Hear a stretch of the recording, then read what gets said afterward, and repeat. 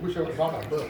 Because I was working the steps with Julio here yesterday, and man, I came across something huge. And I really want to share it with folks. I'm going to be here Sunday to share that. And it's, so you guys get a chance to come back Sunday because I got. Okay, I'm going to stop this then. I'm Real just good joking. message. Hey, that was my sponsors that just left here, my old sponsor. He was tried to sponsor me for about 10 years. He's also my next door neighbor. Wow. He used to always tell me, he's like, he'd say, get out of here. Get out of here. This is your problem. Exactly. And for 10 years he tried. Him and his wife there tried. And the worst part, I never brought God into the situation, I would say, okay, I got a sponsor, here he is. Yeah. But 5 o'clock every morning, when he's getting up to work, his wife would come out, she's, damn it, Dan! I'd be in my ski mask and all black, jumping out the window, because that's what I like to do, is I like to crawl out underneath the fifth wheel and just watch perimeter check, and I'd watch until the sun came up, I'd make sure nobody's coming down my blind, cars aren't coming around, they're watching, whatever, and she'd be like, damn it, James at it again, that just consisted over and over and over again. I remember we got into steps once, and it was pretty quick the way they worked them, and everybody works steps differently. The way we work them here is it actually, I'm coming up on 8 months.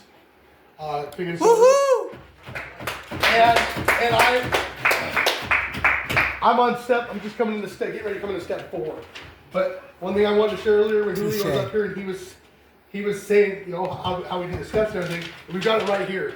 At 1 o'clock here in this room, we work the steps. So whoever on Sundays, whoever wants a good meal, come for church. But at 1 p.m., right here in this room, Sundays, we work the steps.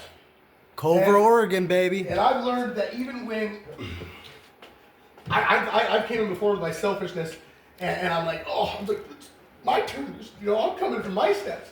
And it's like, he's like, we got this other person here. And I was like, and I talked about kind of sit back a little bit. I'm like, all right, it's going to work itself out. Because we're prideful people, and I want, give me. I learned that as soon as I step back, even if I restart that book, and you know how many times we restarted that book and went back for another person, back for another person, I get one page in, he goes, you read a paragraph, and I start seeing that fills me up, refills my cup. Because you do things to help people, and your cup gets empty. And you start getting spiritually drained, and you're just like, you start getting angry. But when you come in and work these steps, that refills your cup. And it doesn't matter if you're working on your steps or you're working on somebody else's steps. You're starting back at page 1. It's as long as you're in that, you're in the spiritual. And I've seen it. I've seen it happen for myself. I've seen it happen for others. That within one paragraph, my whole day changes. I just want to point out real quick the two beautiful things that God's working on in my life right now that I've noticed is one, and this is huge. my dad said, "How back this is huge." I say, "I think you like drama." And I was like, "I don't." And I've gotten to really step back and see it. It's like, I think I really did. It was a podcast. I was listening to a Christian podcast. It says, "Yeah, we're finally not in the drama. We want some peace in our life." And I'm like, I think my dad was right. I wanted drama in my life. I was creating it. See, I still haven't told him that. Light bulb. Right. I still haven't told him he's right. I need to tell him that maybe tonight. So now when God's helped do for me, I ask for patience. I'm praying for patience and understanding. Yes. When I'm sitting there talking to somebody that I've already learned is stubborn and bullheaded and ain't gonna get nowhere, I give myself my own peace and everybody else around. So I say, okay. And I stop.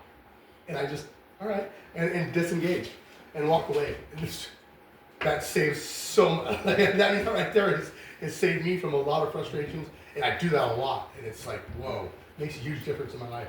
Instead of engaging somebody that you know is going to go in circles. The second one is selfishness, identifying how selfish I am, And I found it last night. It's so huge. So huge. I sat there at 5 o'clock this morning. I woke up. Me and my son woke up at the same time, my 10-year-old, and we went to use the bathroom. We come back in, laying there, and it's like, I said, son, I started talking to him. I said, I think I know why it is I get so angry with you. And he goes, why is that? And I said, and he was engaged. He was listening to me. He's autistic. And it was like just how smart he is. It was just amazing. He goes, I said, I want things the way I want them. And when my idea of what I want, my picture doesn't fit, I get angry. I get upset. I said, man, I said, I got to learn to take a step back, you know. And if I ain't figured this out yet, I said, the steps ain't doing it, you know. God's doing it. He's doing it. He's doing it on His time. Yes. You know? And I see it's gradually happening. I still think what I've identified is I know to put myself in anger management. That's what I'm going to do this week because I need it to happen quicker. Good job, James. Because I'm afraid of my own anger, you know. And there was one other thing that I learned too just recently. I want to share really quick. I got my own place now. I got my kids.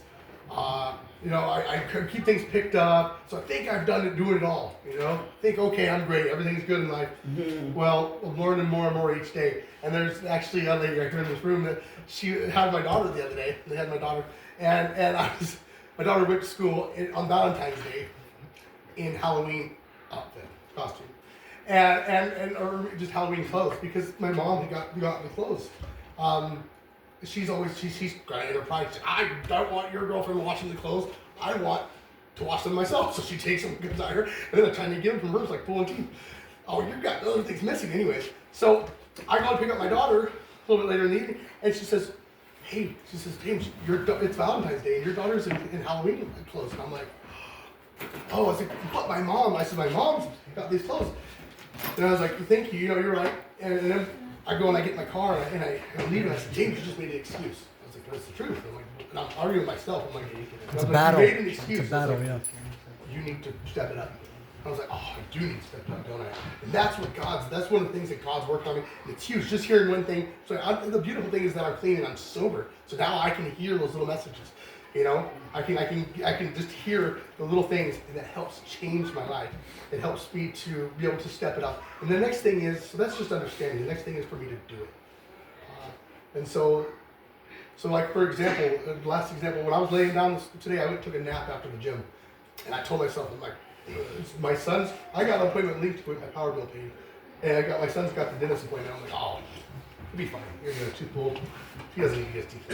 I told myself that I'm gonna lay down for a nap. Complacency. I'm tired.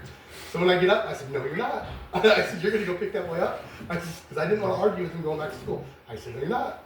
You're going to go pick him up." And God told me, He says, "This is the most important thing. You take care of your kids." Yep. And then I did. I picked him up from school. Good job. And sure enough, he argued with me, and he wanted to understand, but I brought him back to school, and he got his teeth cleaned. Hallelujah! That's all I got. Thanks, James.